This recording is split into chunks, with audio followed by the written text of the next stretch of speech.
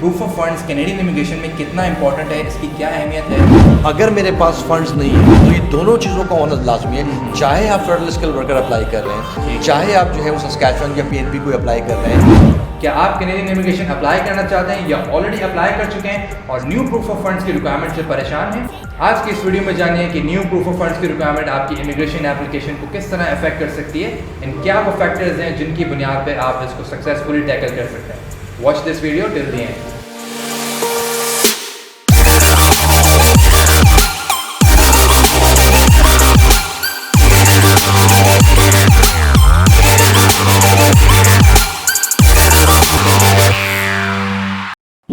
Welcome to another episode of Immigration Talk, where we discuss in detail about each specific immigration program. In this video, we'll be going to discuss on a very important topic, जो कि खुद एक immigration program नहीं, but it's one of the mandatory requirements to complete your Canadian immigration journey successfully. That is proof of funds or settlement funds. किस तरह से आप proof of funds के रिक्वायरमेंट को मीट कर सकते हैं, क्या डॉक्यूमेंट्स आपको रिक्वायर होंगे एंड क्या वो चीज़ें हैं जिनको अगर आप अपनाएं तो आप रिफ्यूज़ल से बच सकते हैं। एंड स्पेशली जो कैनेडियन गवर्नमेंट की तरफ से एक मेजर अपडेट सामने आई है as of July 2021, new proof of funds requirement जो कि अपग्रेड कर दिए गए हैं। So let's have a look कि प्रूफ ऑफ फंड्स की रिक्वायरमेंट जुलाई 2021 से पहले क्या थी और उसके बाद क्या होगी।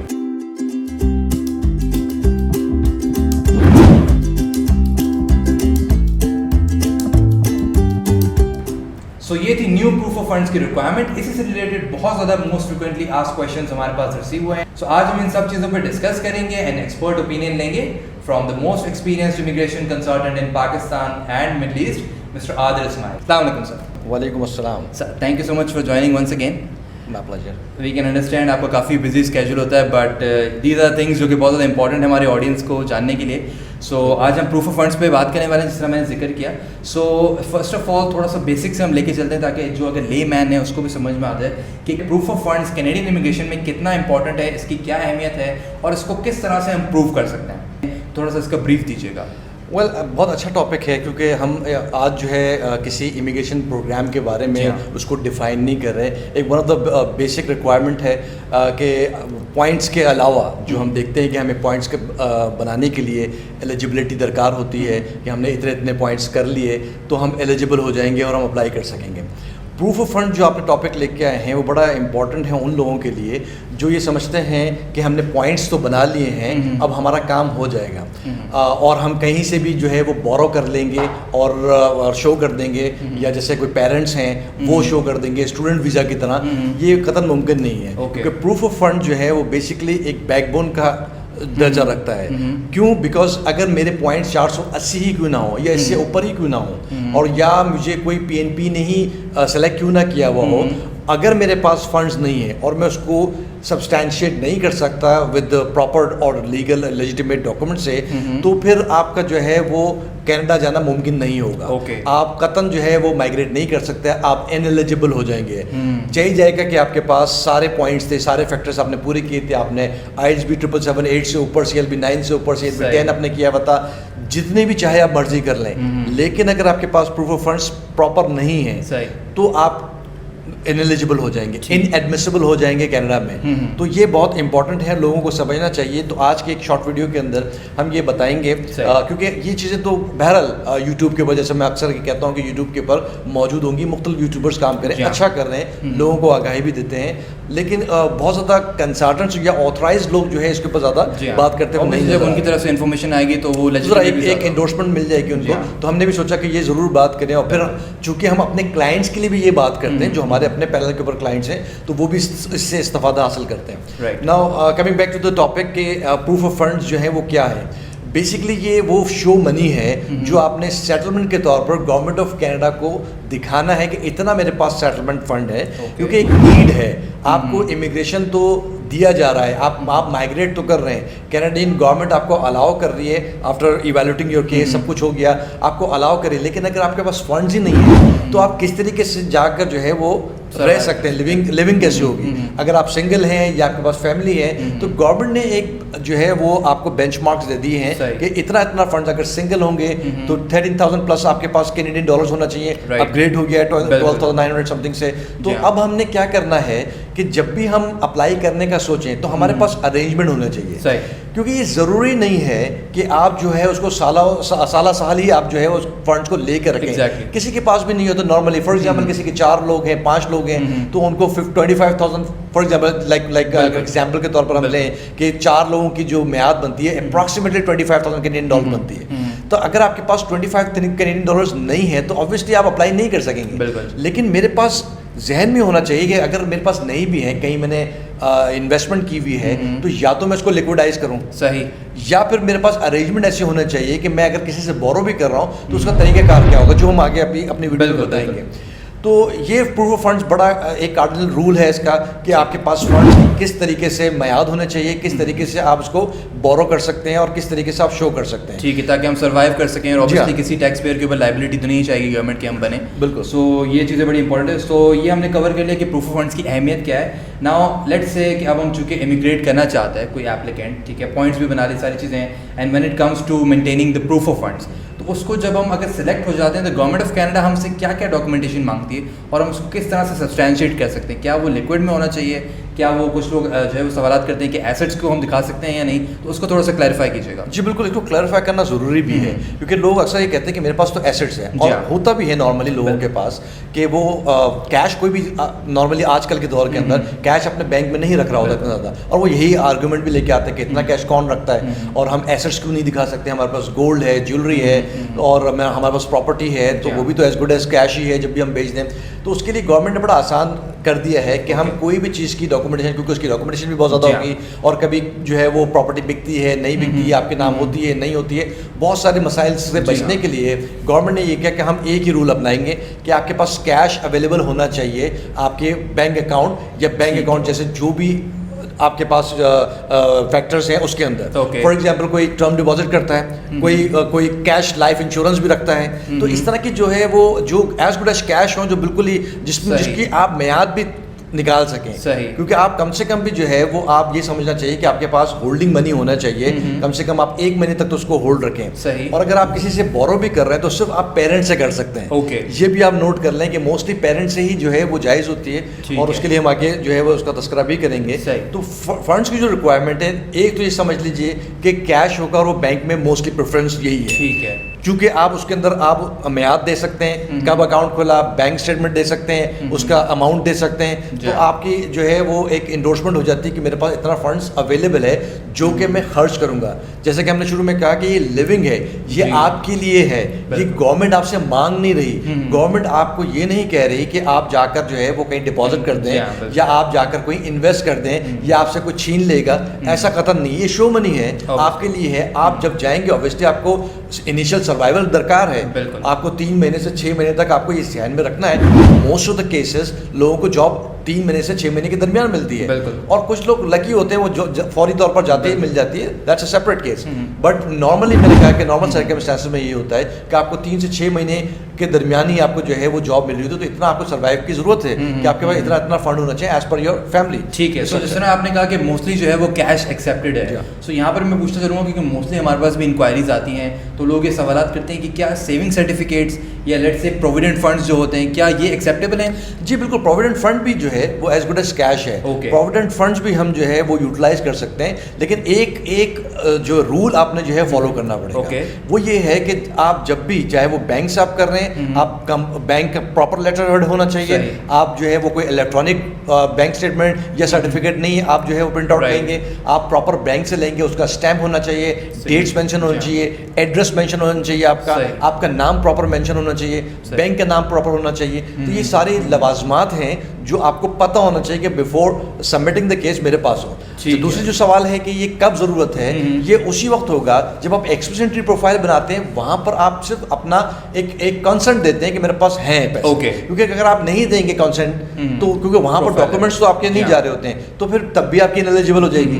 तो आपके पास उस वक्त है या नहीं है, तब भी आपको कंसेंट देना पड़ेगा कि मेरे पास इतनी रिक्वायरमेंट है। देन जब आपको ITA इन्विटेशन टू अप्लाई मिल जाता है, जब आपका केस सेलेक्ट हो जाता है इनफेडरल और एक्सप्रेसेंट्री के अंदर, तो आपको फिर ये डॉक्यूमेंट्स दरकार होंगे, और उसके अंदर आपका सेविंग सर्टिफिकेट भी है। जैसा मैंने कहा, आप प्रोविडेंट फंड्स कर सकते हैं। प्रोविडेंट फंड की शर्त ये है कि आप एम्प्लॉयर से अपने प्रॉपर लेटर के ऊपर प्रॉपर उसकी इंडोर्समेंट और प्रॉपर उसकी डिटेलिंग डिफाइन करेंगे तो वो भी एक्सेप्टेबल है। और इसी तरीके से और भी है, बॉन्ड्स भी इवन जो है वो होते हैं, टर्म डिपॉजिट्स भी होते हैं, जैसे मैंने कहा कैश लाइफ इंश्योरेंसेस भी होती हैं, ये भी आपका जो है वो एक्सेप्टेबल है। Okay okay, as good as cash, यानी कि हम उसको यूज कर सकते हैं। एसेट्स वगैरह जितने भी हैं, चाहे गोल्ड हो, चाहे वो कोई और ज्वेलरी किसी भी मद में हो, या आपकी कोई प्रॉपर्टी हो, टेंजिबल एसेट्स जितने भी हैं वो एक्सेप्टेबल नहीं है। अल्टीमेटली आपको उनको सेल करना पड़ेगा अगर जरूरत पड़ती है। ठीक है, सो इसी से रिलेटेड मैं आपसे सवाल ये करता हूँ, जिस तरह आपने कहा कि हम जो है वो बोरो कर सकते हैं पेरेंट्स से भी इवन, तो उसका मुझे बताइएगा कि क्या मेथोडोलॉजी है,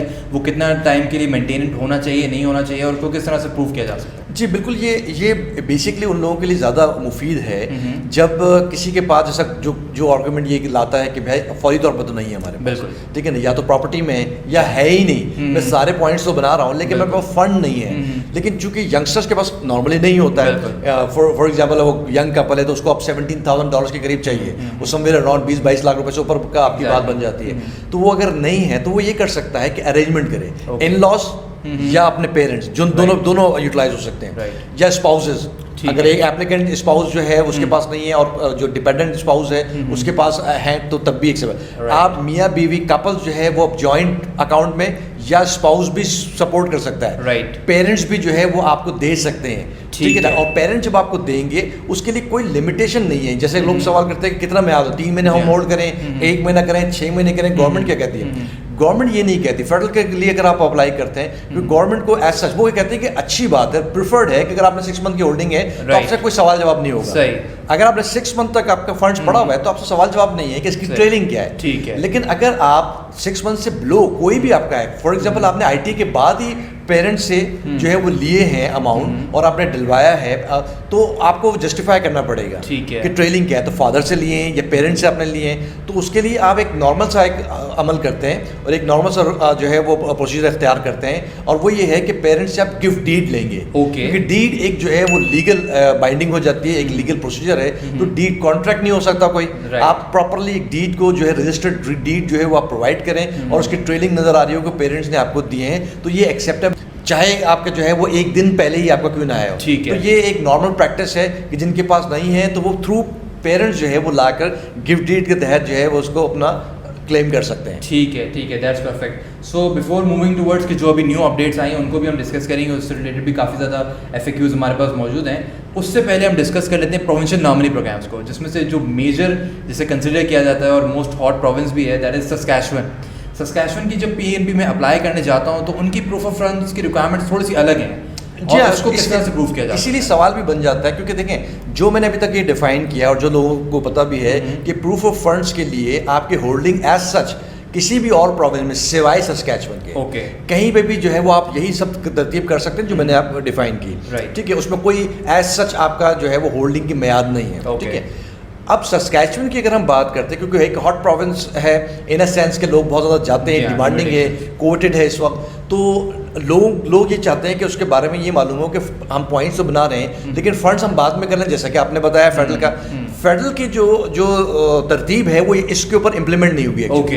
क्यों नहीं होगी? क्योंकि सस्कैचुअन गवर्नमेंट ये कहती है कि जब भी जो भी कोई आ रहा है अप्लाई करने के लिए उसके फंड्स जो हैं वो 3 महीने पहले से होने चाहिए। तो इट मीन्स कि वहाँ मियाद आ गई, वहाँ उसकी लाइफ आ गई, कम से कम 3 मंथ्स की आपकी बैंक स्टेटमेंट या बॉन्ड्स या आपकी प्रोविडेंट फंड या आपकी टर्म डिपॉजिट कोई भी ऐसी चीज़ हो जो ये शो करे कि 3 महीने पहले अप्लाई करने से 3 महीने पहले तक आपके पास इतने फंड्स थे और उसमें कोई फ्लक्चुएशन नहीं थी। अगर वो फ्लक्चुएट भी करेगा, फॉर एग्जांपल कि एक दिन भी फ्लक्चुएट हुआ with in 3 months, last 3 months, तो गवर्नमेंट उसको रिफ्यूज कर देती है। बहुत स्ट्रिक्ट है सस्कैचुअन इस मामले में, गवर्नमेंट वो रिफ्यूज कर देती है। $1 का भी जो है वो फ्लक्चुएट होगा तो वो आपका रिफ्यूज हो जाएगा। तो ये बड़ा जरूरी है जो है ना, इसका ध्यान रखना। जी हाँ, बिल्कुल। और जिस तरह आपने कहा कि 3 महीने की अब जो कि हमें मेंटेन तो करना है बैंक स्टेटमेंट, तो क्या ये इन्विटेशन टू अप्लाई रिसीव करने के बाद से है या फिर उससे पहले? नहीं, उससे पहले जब भी आप अपनी एप्लीकेशन जो आप एक्सप्रेशन ऑफ इंटरेस्ट डाल रहे हैं, जब एक्सप्रेशन ऑफ इंटरेस्ट की एप्लीकेशन डाल रहे हैं तभी आपको जो है ये दरकार होती है, ठीक है। उससे पहले ऐसा नहीं होगा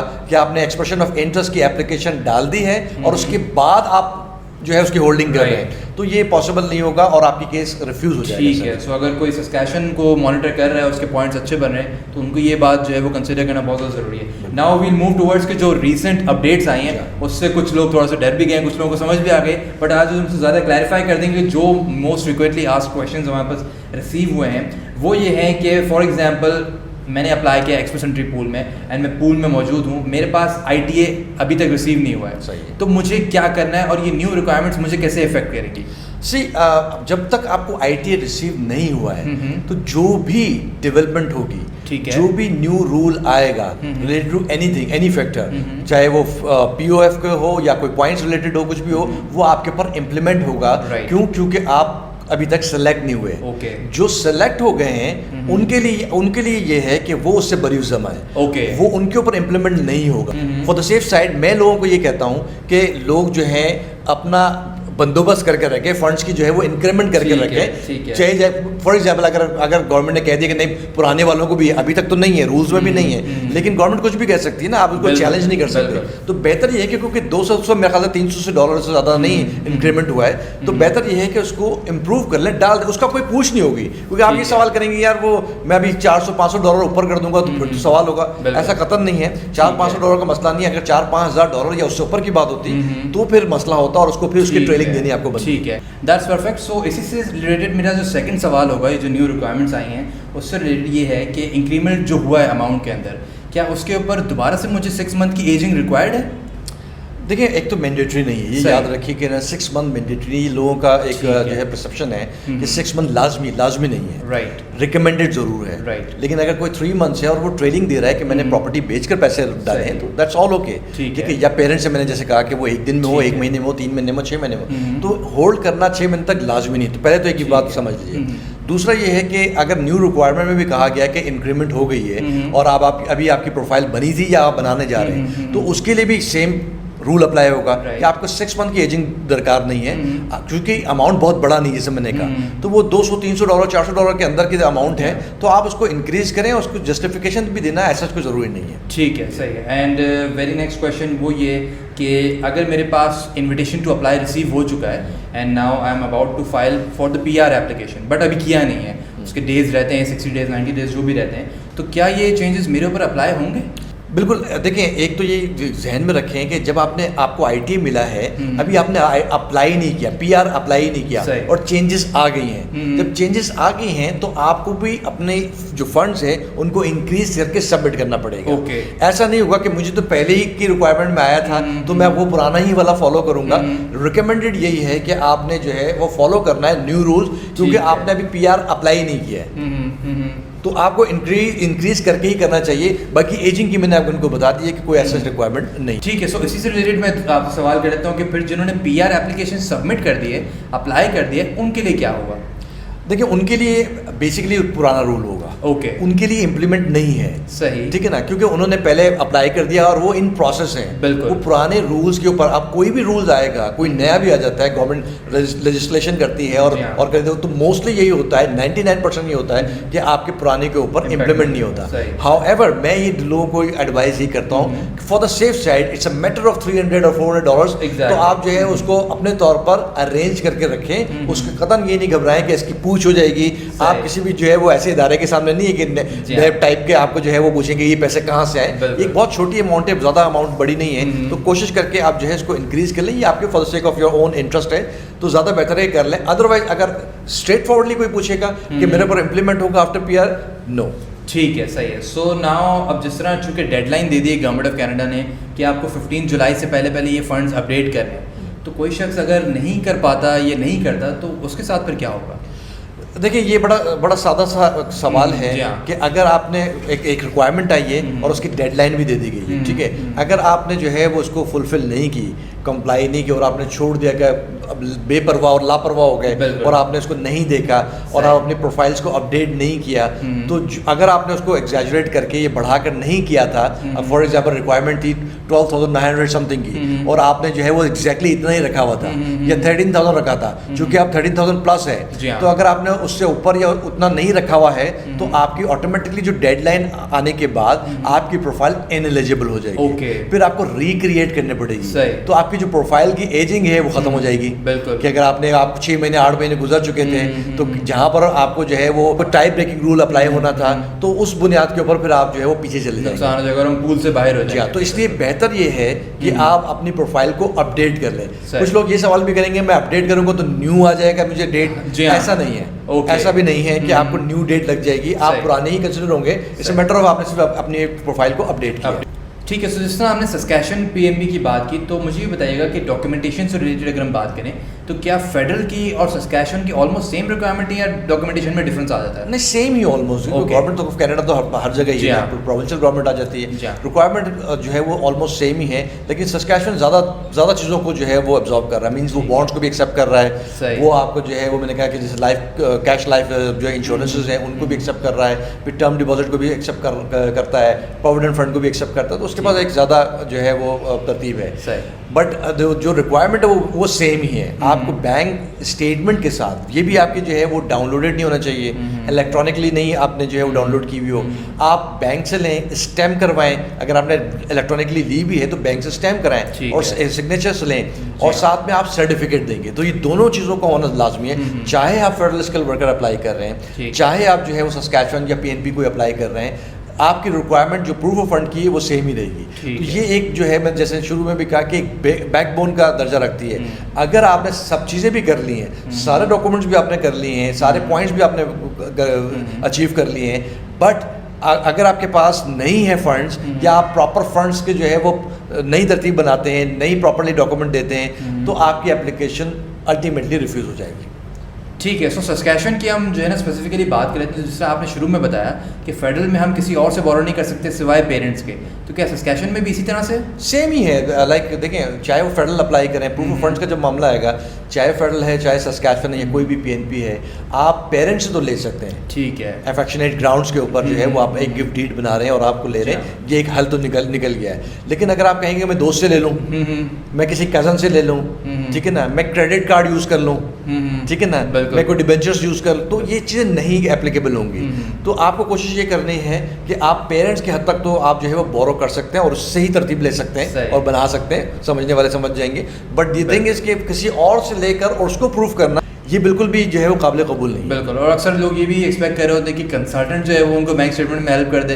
देखिए ये तो एक बहुत डिफरेंट जो है ना उसमें चले जाती है बात, चूँकि अब सबको आपको मालूम है मेरा मिजाज काम करने का, सुपीरियर कंसल्टेंट का मिजाज काम करने का।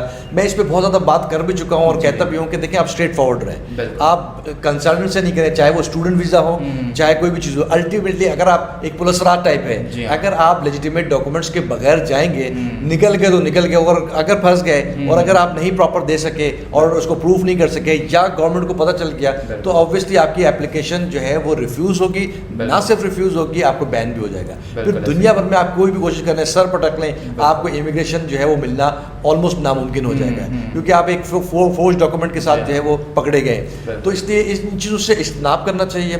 Try not to do such kind of adventures. और कंसल्टेंट से नहीं वो करें, ये कंसल्टेंट ही आपको जो है कोई रिलेटिव अरेंज करा देगा मैनिटोबा में, कनेक्शन अरेंज करवा देगा, जॉब ऑफर्स करा देगा, LMIA वगैरह करा देंगे। तो इस पर भी भरपूर हम बात करेंगे और मैं अक्सर और हर वीडियो में कोशिश करता हूँ कि इस टॉपिक को जो है वो मैं कवर करूँ, ख़ास तौर पर चूँकि मैं डेली बेसिस की बुनियाद के ऊपर हज़ारों जो है वो इंक्वायरीज लेता हूँ और इसकी मैक्सिमम लोगों की जो बुनियाद होती है और वो यही होती है कि चूँकि वो होते हैं 5 बैंड वाले, वो होते हैं 4 बैंड वाले। अब वो उनका सारा तवज्जो ये होता है क्योंकि उनके पास कोई और हल नहीं है, वो कुछ नहीं करते। जितना भी बड़ा कंसर्न काम कर रहा है वो 5 बैंड वो बैंड्स वालों को ये नहीं कह रहा कि मैं आपको LMIA करवा दूंगा या मैं आपको जॉब ऑफर करवा दूंगा, तो उससे ही समझ जाना चाहिए।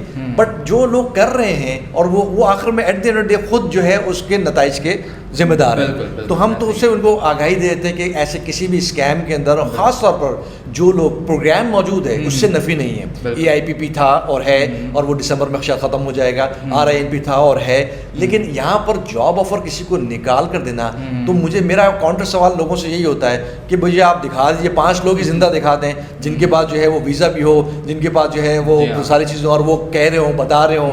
तो ऐसा नहीं है, स्पेशली फ्रॉम पाकिस्तान। हाँ, चूँकि लोग आते हैं और कहते हैं यार नहीं ऐसा आपको शायद प्रोग्राम नहीं पता या आप नहीं करते हैं। तो मेरा उनसे बहुत बड़ा गुजारिश है कि हम इन चीज़ों पे नहीं वर्कआउट करते, जॉब ऑफर वाले काम पे किसी पे भी काम हम नहीं करते हैं। और कोई भी बड़ा कंसर्न जो लेजिटिमेट कंसर्न काम कर रहा है, खास तौर पर पाकिस्तान में अगर आप देखें ICSR मेंबर्स को लेकर, तो वो कोई भी ऐसे कोई आगाही नहीं देते, ना उसमें फैसिलिटेट करते हैं। कोशिश करें कि अपने पैसे को बचाएं, कोशिश करें कि ऐसे मैं 100% आपको गारंटी दे दूंगा, दिस एंड दैट कर दूंगा, इस काइंड ऑफ सेल। कोशिश करें कि उन कंसर्न्स के पास जाएं जो काउंसल करते हैं, आपको इन एंड आउट सब चीज़ें बताते हैं, और आप उनसे सर्विसेज इसलिए लेते हैं कि आपके केस को वो इन्हांस और एक बूस्ट कर सकें प्रॉपर रिप्रेजेंटेशन के तहत। Sir thank you so much for your most valuable time. I guess हमने काफ़ी ज़्यादा इन्फॉर्मेशन कवर कर लिए प्रूफ ऑफ फंड से रिलेटेड, क्योंकि एक टॉपिक ऐसा था जो काफ़ी अर्से से लिंक ऑन कर रहा था, बट ये बहुत ज़्यादा ज़रूरी हमारी ऑडियंस के लिए समझने के लिए। So thank you so much for your most valuable time, and I definitely look forward to catch up with you in the next month. Ladies and gentleman, Mister Adil Usman.